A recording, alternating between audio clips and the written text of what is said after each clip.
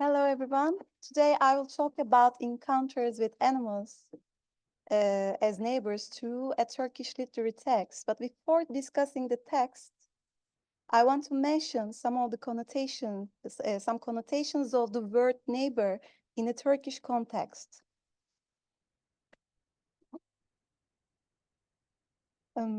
The Turkish words komşu, neighbor, and konuşmak, communicate, share common etymological roots, functioning as reciprocal verbs while underlining a semantic emphasis on togetherness.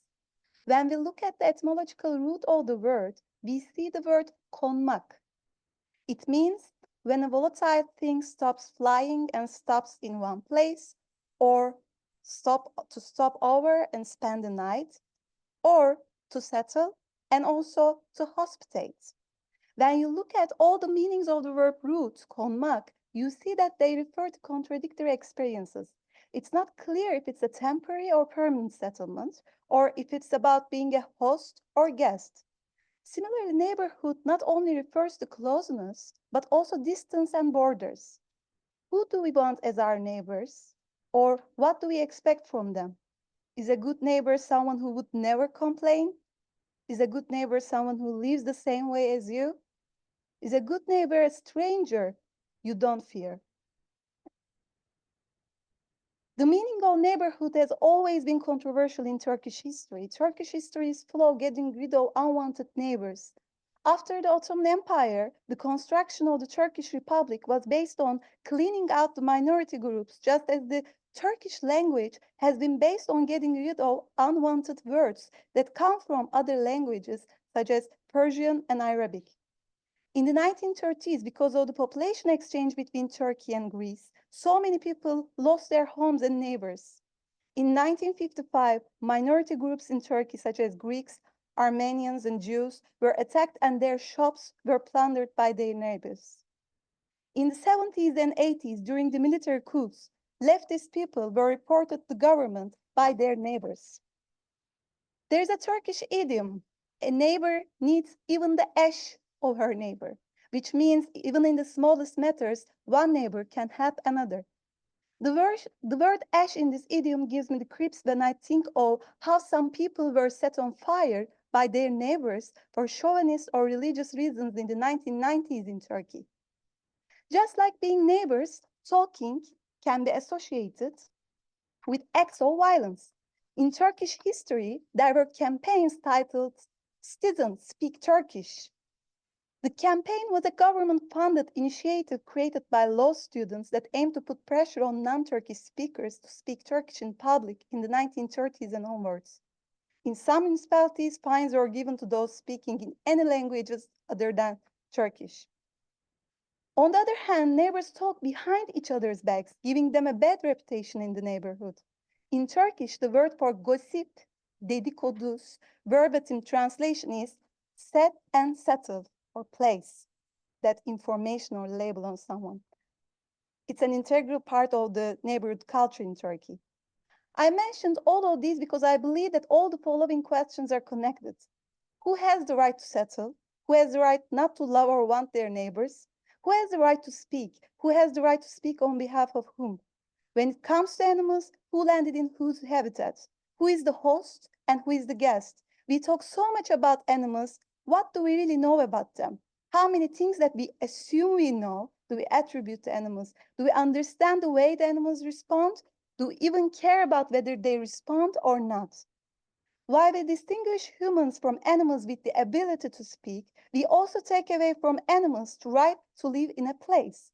It's not only a physical place, but also an ethical one. Being the subject of ethics has been attributed to humans who can speak.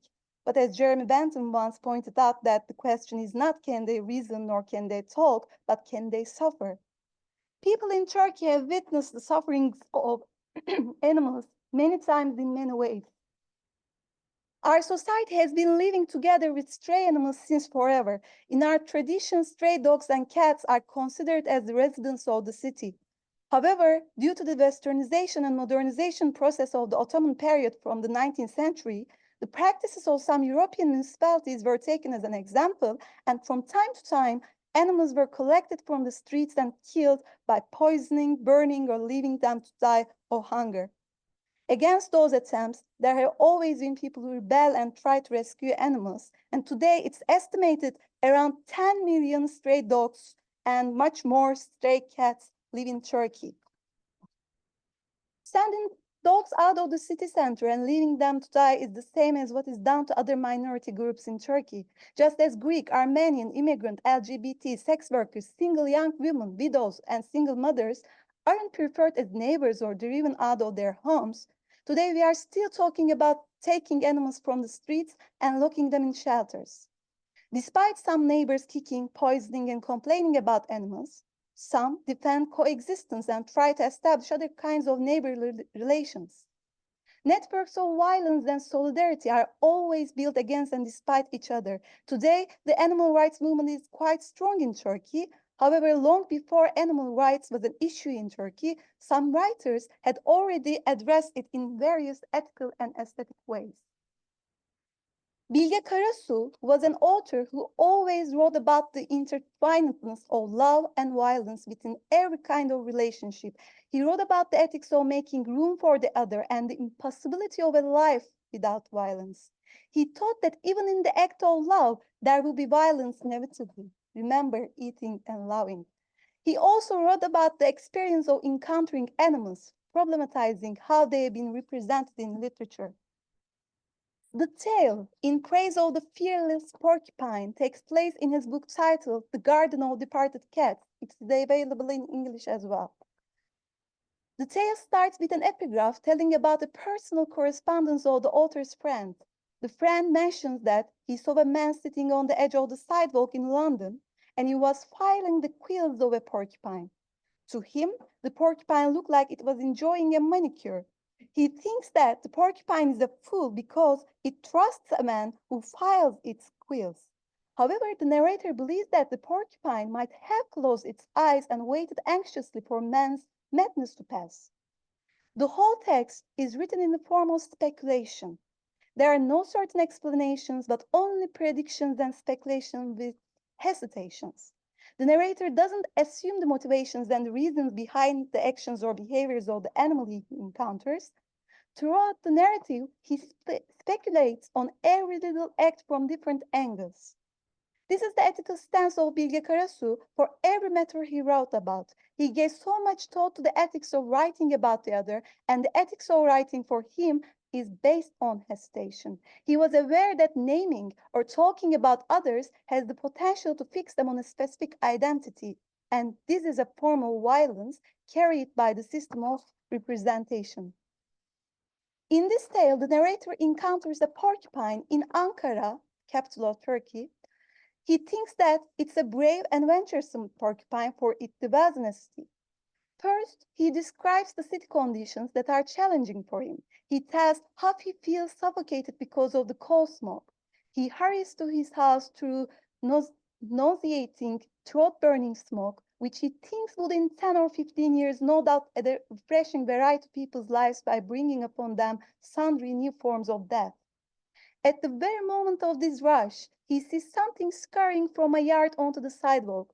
He can't figure out what it is. He stops because he doesn't want to frighten it. He thinks if it tries to escape, darting onto the street, it will be run over by one of the cars. The narrator is surprised by seeing a porcupine in Ankara strolling down the boulevard. He thinks that it must have come out in search of food for its young and lost its way. To the narrator, it is a stranger to Ankara, an outsider who comes to the dwelling of humans. He is preoccupied with how and why a porcupine can be there. So to make sense of it, he needs to speculate through some well-known narratives about animals, such as the bear cub in the fairy tale by Anne Frank. This is a cub that tries to find its way into the forest when it runs away from home because it is bored and wants to see the world. The narrator asks whether this porcupine that strolled down Ankara Boulevard also needs a fairy tale to make it seem less odd. But he can't imagine anything like fairy tales. He can't imagine the porcupine getting angry because it can't get the attention of its mother due to its siblings. He says that he would never know and understand. To understand, he believes that he needs to imagine himself in the place of the porcupine. His attitude reminds me of Derrida, who, in The Animal That Therefore I Am, says that it would be necessary to avoid fables. We knew the history of fabulation and how it remains an anthropomorphic taming, a moralizing subjection, a domestication, always a discourse of man on man, indeed on the animality of man, but for and as man. The narrator tells the story from the porcupine's point of view. Not all along the story, though. This is a self-reflexive narrative in which the narrator shifts between human and animal voices. He imagines that the porcupine has always wanted to travel the world but can't achieve its dreams because it's a father now. He imagines this grown-up porcupine visiting its mother in its old house and how it realizes that the old vacant plot is now converted into the tiny yard of a giant mansion. Its family still lives in their old nest but laments bitterly. We can't even stick our noses out of the nest because of the dogs and cats overrunning the yard. What the narrator does here is to commonize his fears with the porcupines. The change of the city and the neighborhoods because of the gentrification gives fear to the narrator himself. While he feels like a victim through an encounter with a porcupine, he is forced to imagine the degrees of their victimhood, similarities and differences between the sufferings of animals and humans. He also points out how people's love for cats and dogs can create problems for other animals who also dwell in the city. The next day, he wakes up wondering whether the porcupine might have been hit and run over or reached home safely. He tries to guess the exact location of its nest. He tries to understand what traveling the world means to the porcupine. He questions if a 3-block journey is enough for a porcupine who dreams of traveling the world all its life. The narrator is aware of the limit of human imagination for the world of an animal. He is ready to leave the story of the porcupine and feels satisfied with the experience of seeing a porcupine on a nocturnal stroll along on an Ankara boulevard. But 4 nights later, he encounters a porcupine again, and he believes that it is the same porcupine he saw the other day because he wants to continue his story. He sees his Italian neighbors while they are inspecting something. First, he gets worried about his cat because it is outside and something might have happened to it. He goes out to the yard and sees a woman standing away a little while the man is doing something with a stick. The narrator can't see the tip of the stick and whatever he is doing with it because of the wall. The mention of a wall here is important, pointing to boundaries between the neighbors. Since it is within the borders of this Italian neighbor's private property, does our narrator have the right to say something about the animal that his neighbor is disturbing? The neighbors turn the animal on its back. In this position, they will be able to kill it easily. The narrator thinks and asks, who gave them the right to kill? And shouts, leave it alone. Per favore, leave the animal alone. They leave it, but the man says, what a pity, it would have made a delicious soup. The narrator is shocked. Porcupine soup didn't occur to him. The narrator watches the porcupine running across the street and disappearing. The narrator says that this is a porcupine worth writing about. It deserves a eulogy, a porcupinate. In the first encounter, the narrator finds it easier to put himself in its place by imagining an adventurous porcupine full of desire to discover the world. But this time, he doesn't want to put himself in its place, realizing that the porcupine's journey could end in the soup pot. He says that the eulogy couldn't be written like that because it doesn't have a tragedy like the classic heroes have. Friends of the narrator try to encourage him to write a story about the porcupine as well. The narrator says, writing would be fun and good, true, but what did the porcupine think of the world? What stories did it tell, provided that it returned home safely? These I had to imagine. Once again, he tells the story from the porcupine's perspective. This time, he focuses on porcupine's worries about the journey. The outside world had turned into the most dangerous place. One of those cats, dogs, and maybe, no, not maybe, certainly, one of those human beings would one day discover my parents, trap and tear them to pieces, either eat them or toss them into the soil and obliterate them. The narrator lets the porcupine tell about his encounter with those Italian neighbors. While walking by a wall, I was accosted by 3 humans. I have my quills, like all porcupines. I rolled myself into a ball and swelled up. These humans must have been big. since they didn't seem threatened by my quills. Prodding me with a stick, they managed to turn me on my back. I escaped, but was caught again. There were three of them, three great big bodies. What part of me could satisfy their hunger? Either they would fight each other or they would kill and toss me aside. But they just kept prodding me and nothing else. Perhaps my quills are still good for something, I thought to myself. I was puzzled. Then came some shouts. My assailants retreated. This time, the porcupine starts worrying about the other man who shouts, "We'll eat it." What if I pretend to be dead? Would he change his mind about eating me? Do they prefer eating us alive or dead? How would I know? What if this human being was one of those who just killed and abandoned their victim? When the porcupine realizes that the man, our narrator, didn't eat it while he could, it starts pondering why he didn't eat it, and it concludes because he doesn't like porcupines. Since then, the porcupine said, I have wandered around much, but quite frankly avoided human beings. Not all of them want to kill porcupines, that much is clear. But who is and who isn't our enemy? How can you tell? I have quills, that's how I am. When approached, I roll myself into a ball. But human beings, I can't figure them out. Their claws are hidden, or maybe they don't have any. They're also very self-possessed. That's why I can never predict what they will do next. The narrator's pursuit of the porcupine suddenly turns into following himself and the idea of being seen by the porcupine. It seems that he needs to be seen as a friend, a virtuous and a moral person. He imagines that porcupine remembers one of its neighbors who used to say that you must wait before erecting your quills and determine first whether the caller is a friend or enemy. Anything else is uncivilized behavior. The narrator wishes the porcupine to believe its neighbor and says, as porcupines, we ought to be prepared, but we also ought to heed our neighbor's words and stop perceiving the entire world as our enemy. Do we have friends? We don't know. Why? Because we haven't bothered to find out. Right now, I'm in no state to answer this important question, but I do know one thing. We ought to be less fearful, and to be less fearful, we ought to travel, face real danger, and learn how to overcome it. The narrator shifts again to the human voice. He says that he is quite irritated by the porcupine's chattiness. True, it was saying certain things worth hearing, yet it had become so very garrulous. He doesn't want to know anymore. He chases the porcupine away from his mind and keeps it out for a while. Yet little by little he comes to understand its chattiness. I listened again to my porcupinity, says the narrator, and imagines the porcupine as older who wandered and saw a lot, learned what fear is. As a consequence, it felt a kind of fearlessness after the journey. It stopped going anywhere and told its grandchildren, nor will I ever live again. On this plot of land, wandering around it, I will await death.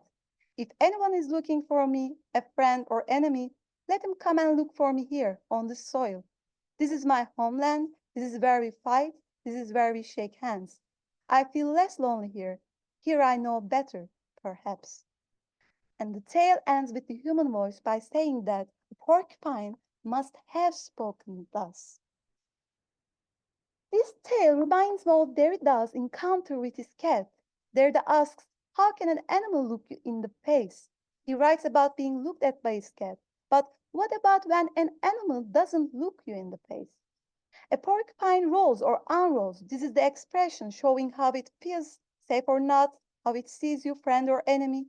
The narrator of the tale lives with a cat, so it's not surprising that his mind is occupied with limits and possibilities of communication with animals. Talking about a cat you live with and an undomestic animal you encounter in your neighborhood are different cases, and the narrator is aware of the peculiarity of the situation.